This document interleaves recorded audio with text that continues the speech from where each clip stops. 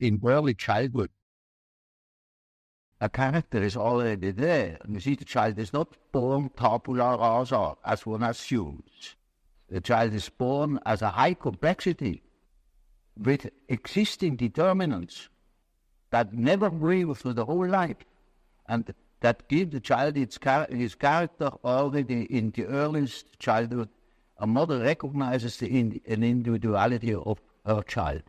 And so if you observe carefully, you see the tremendous difference, even in very small children.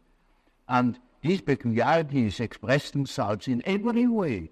So first, the peculiarities express themselves in all childish activities, in the way how it plays, in the things it is interested in. There are children who are tremendously interested in all moving things, and in movement chiefly. All the things you see that affect the body. And so they are interested in what the eyes do, what the ears do, how far you can bore into the nose with your finger, you know.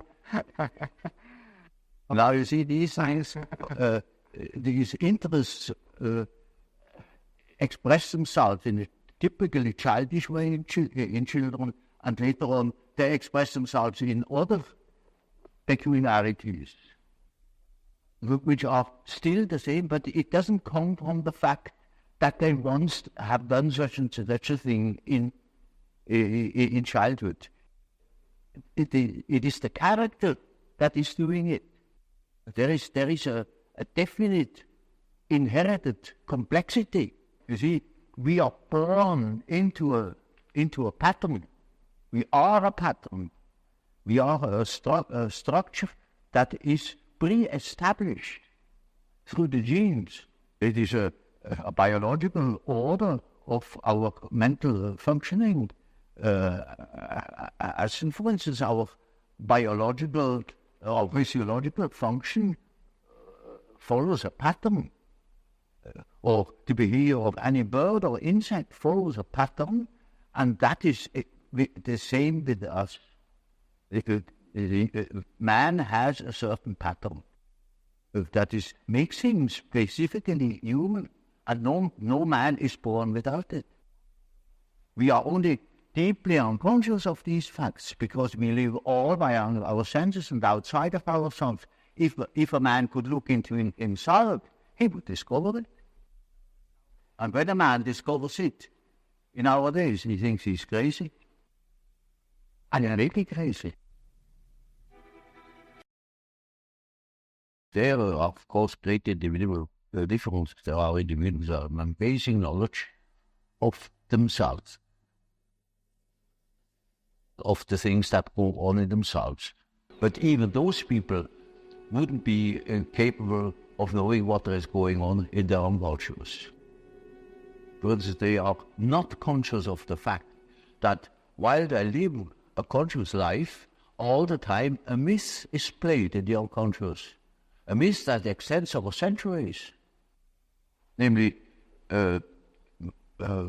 archetypal ideas, stream of archetypal ideas that goes on through one individual, through the centuries.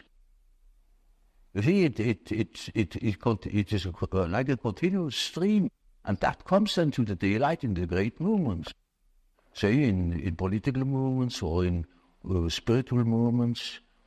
For instance, in the time before Reformation,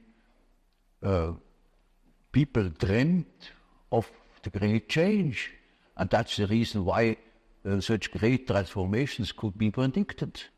If somebody has been clever enough to see what there is going on in people's mind, in the unconscious mind, would be able to predict it. For instance, I have predicted the Nazi rising in Germany through the observation of my German patients.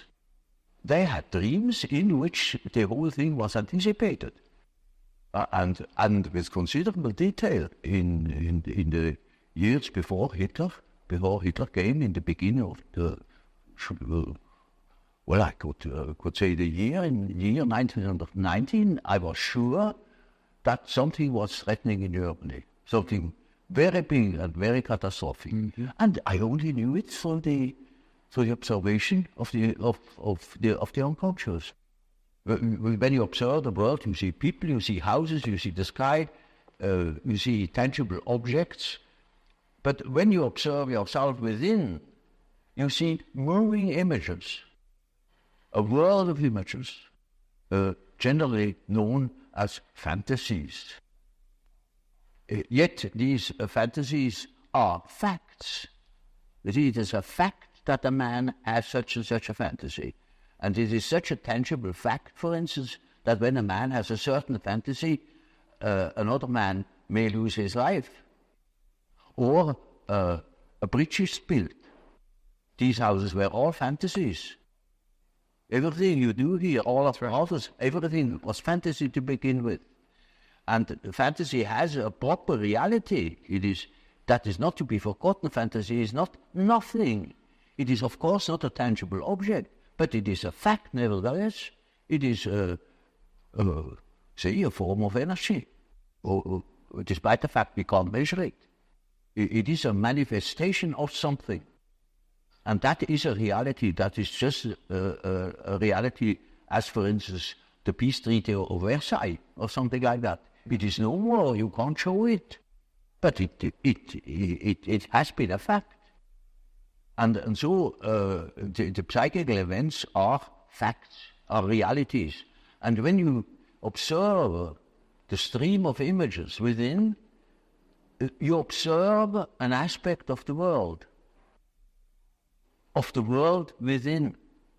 And so, you see, the man who is going by the external world, by the influences of the external world, say, society or perceptions, sense perceptions, thinks that he is more valid, because this is valid, this is real. And the man who goes by the subjective factor is not valid because subjective factor is nothing. No, that man is just as well based, because he is basing himself upon the world from within. And so he is quite right, even if he says, there is nothing but my fantasy, And of course that is the introvert. And that the introvert is always afraid of the external world. He will tell you, when you ask him, he will be apologetic about it. He will say, of course, yes, I know all my fantasies. And he has always a resentment.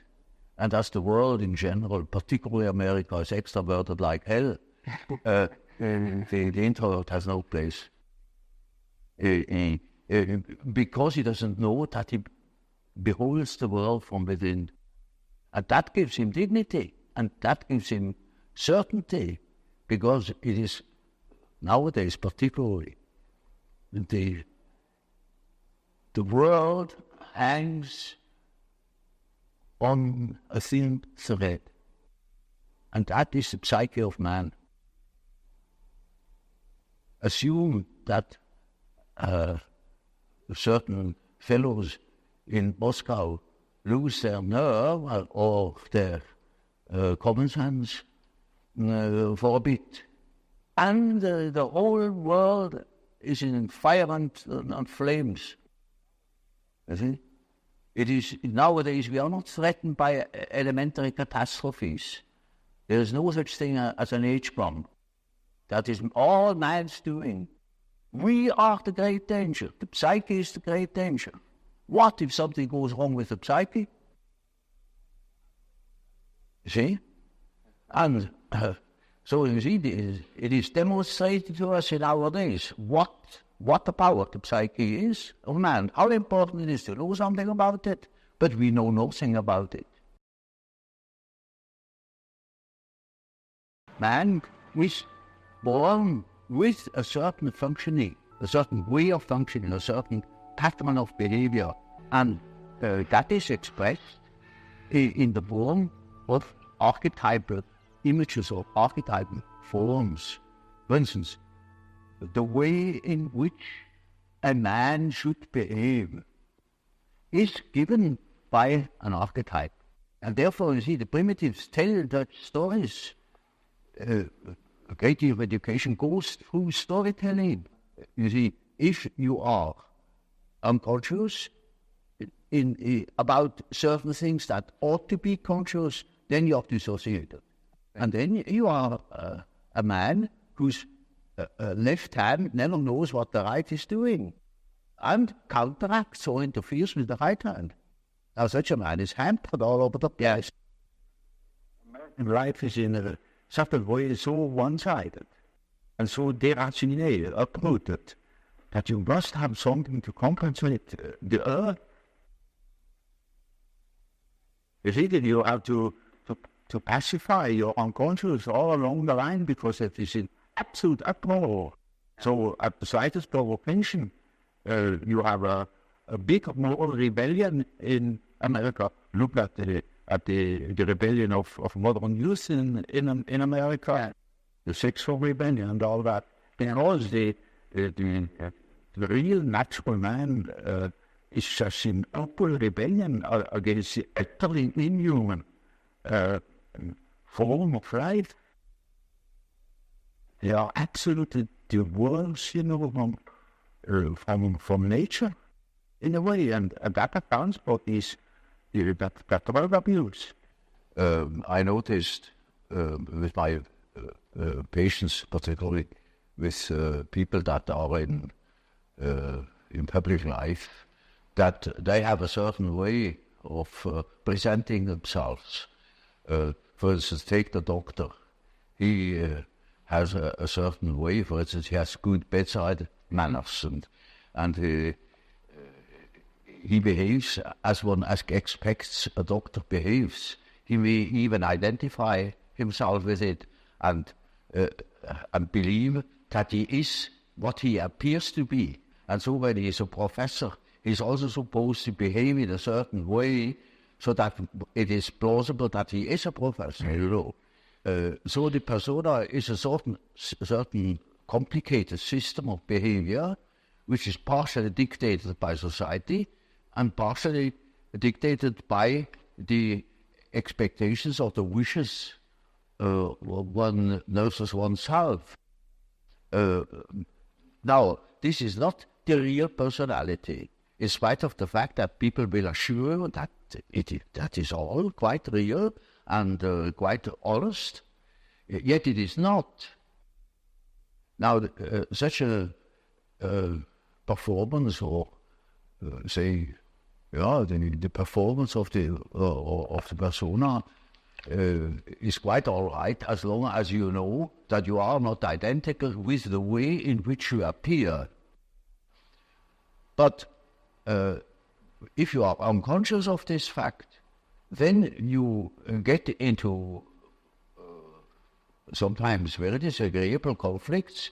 Namely, people can't help noticing that at home, for instance, you are quite different from what you appear to be in public.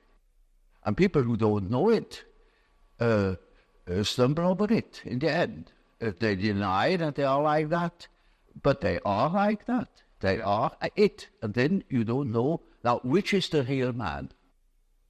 Is he the man as he is at home or in intimate relations? Or is he the man that appears in public? It is a question of Jekyll and Hyde.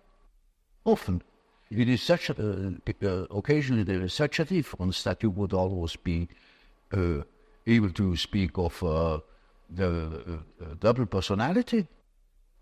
And the more that is pronounced, the more people are neurotic. They get neurotic because they have two different ways. They contradict themselves all the time, and then in as much as they are unconscious of themselves, but they don't know it. They think they're all one. Everybody sees that they are two. And some know him only from one side, so others know him only from the other side.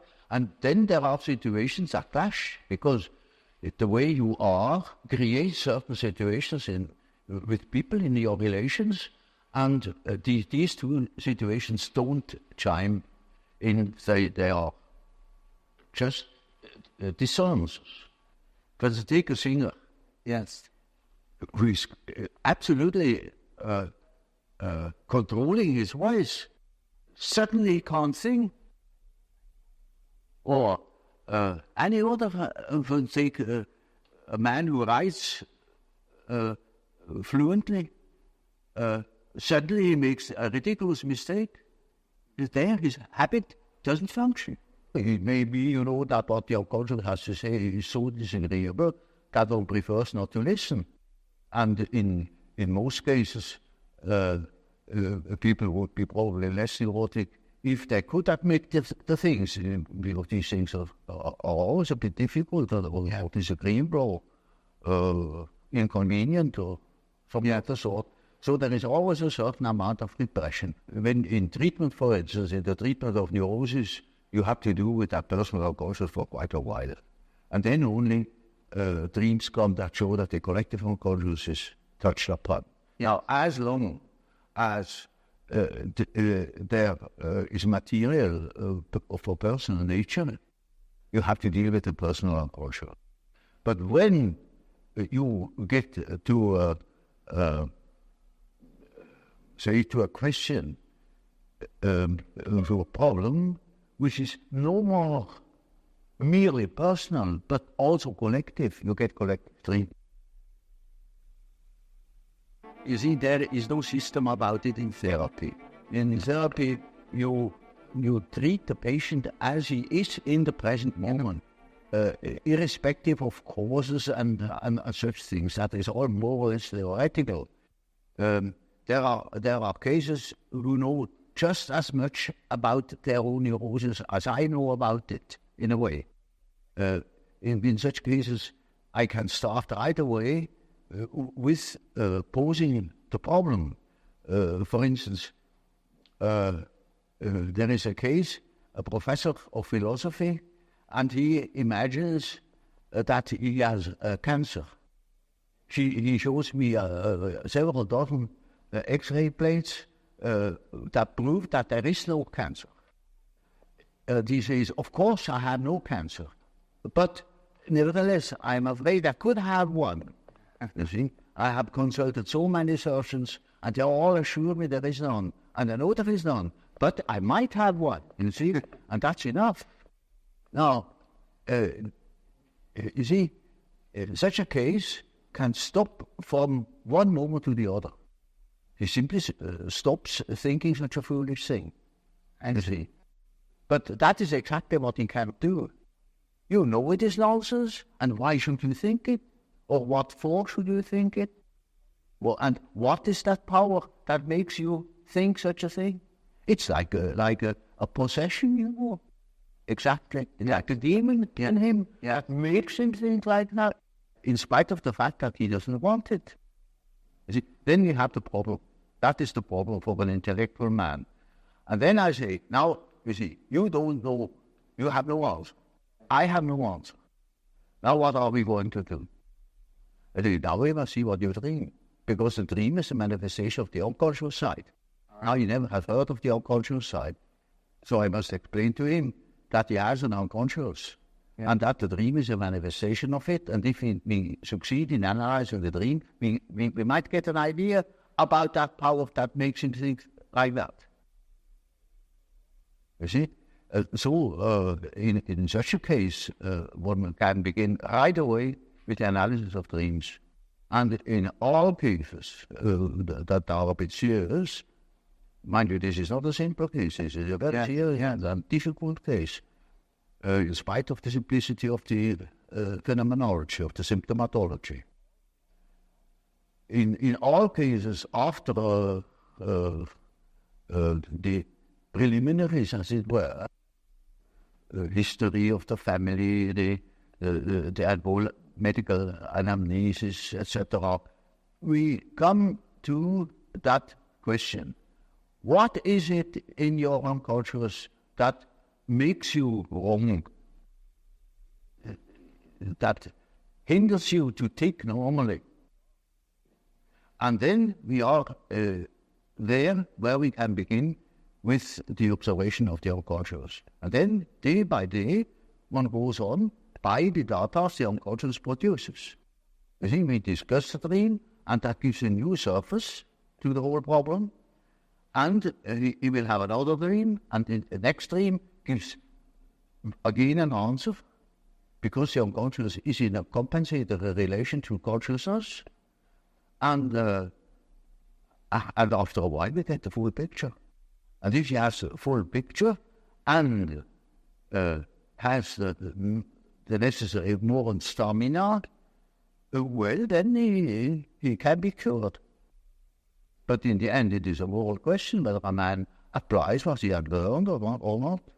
Under just one typical archetypal form, it is what they call it ultimately quadraturally, the square in the circle, or the circle in the square. And it is an age-old symbol that goes right back in the prehistory of man, and is all over the earth. And it either expresses the deity or the self. And these two terms are typologically very much related, which doesn't mean that I believe that God is a self or that the self is God. I make that statement that there is a psychological relation, and that can be plenty of evidence for it. And it is a very important archetype. It's the archetype of an inner order. And it is always used in that sense, either to make the arrangement of the many, many aspects of the universe, a world scheme, or a scheme of our psyche. And it expresses the fact that there is a center and a periphery. And it tries to embrace the whole. It's a symbol of wholeness. So you see, in a moment where, say during the treatment, when there is great disorder and chaos in a man's mind, then this symbol can appear as in the form of a mandala in a dream, or when he makes imaginary fantastical drawings, or something of the sort. There it spontaneously appears as a compensatory archetype, bringing order, showing the possibility of order, centeredness. And it means a center which is not coincident, it's an ego. And I am not whole in my ego, and my ego is a fragment of my personality. So you see, that the center of a mandala is not the ego, it is the whole personality, the center of the whole personality. I had a case that was an intelligent young woman. She was a student of philosophy, very good mind, where what you could expect easily that she would see that I am not the parental authority. But she was actually unable to get out of this delusion. And in such a case, one always has recourse to the dreams. It's just as if one would ask the unconscious, now what do you say to such a condition? You see, she says, we are not conscious, of course, I know you are not my father, but I just feel like that. It is like that. I depend upon you. And I say, now you see what the unconscious says. Now the unconscious produces dreams in which I really assume a very curious role. You know, she was the little infant. She was sitting on my knees. I held her in my arms. I was a very tender father to the little girl, you know. And the last dream of that series was, I cannot tell you all the dreams, was that it was out in nature. I stood in a field of wheat, enormous field of wheat that was ripe for harvest. I was a giant, and I held her in my arm like a baby. And the wind was blowing over that field of wheat. Now, you know, when the wind is blowing over wheat field, these waves, the wind fear. Yes. And with these waves, I swayed like that, and putting her as if it were to sleep, and she felt as being in the arms of a God, of the Godhead. So now the harvest is ripe, and I was telling her, and I told her, you see, what you want and what you project into me, because you are not conscious of it, is you have the idea of a deity you don't possess. Therefore, you see it in me. That clicked. Because, she had a rather intense religious education. Of course, it all vanished later on. And something disappeared from her world. Her world became merely personal. And that religious conception of the world was non-existent apparently. And so she suddenly became aware of an entirely image that comes fresh from the archetype. She had not the idea of a Christian God or of an Old Testament Yahweh. It was a heathenish God. You see, a God of nature, of vegetation. He was the wheat himself. He is the spirit of the wheat, the spirit of the wind. And she was in the arms of that Newman. Now, that is the living experience of an archetype. Now, that made a tremendous impression upon that girl. And instantly, it clicked. She saw what she really was missing, that missing value, that was in the form of a projection in myself and made myself indispensable to her. Yes. That is a luminous experience, you see. And that is the thing that people are looking for. An archetypal experience that gives them an incorruptible value. You see, they depend upon other conditions, they depend upon their desires, their ambitions, depend upon other people, because they have no value in themselves. They have nothing in themselves. They are only rational, and they are not in the possession of a treasure that would make them independent. But when that girl can hold that experience, then she doesn't depend anymore. She cannot depend anymore because that value is in herself. And that is a sort of liberation. And that is, of course, makes her complete, in as much as she can realize such a luminous experience, she is able to continue her path, her way, her individuation. The acorn can become an oak and not a donkey.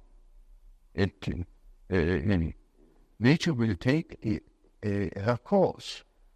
She will become that which she is from the beginning. It is a procedure that has many stages or levels. If you take an ordinary case of neurosis, it may only go as far as healing the symptoms or giving the patient such an attitude that he can deal with his neurosis. Sometimes it takes you a week, sometimes a few days, sometimes it is just one consultation in which I clean up a case. It is, of course, always the question to know where or what. It needs a good deal of experience, but other cases take very long, and you couldn't send them away because they wouldn't. They want to know more. They make when they make the whole process of development, that goes from stage to stage, widening out of the mental horizon. You cannot imagine how one-sided people are nowadays. And so it needs no end of work to get people rounded out or mentally more developed, more conscious. And they are so keen on it that for nothing in the world they would quit. And they are not shy of spending money on it. As each plant, each tree grows from a seed and becomes in the end, say, an oak tree, so man becomes what he is meant to be. At least he ought to get there. But most get stuck. They could get much further if they had heard proper things, or if they had spent the necessary time on themselves.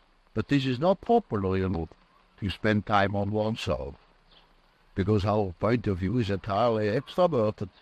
Mythology is a pronouncing of series of images that formulate the life of archetypes.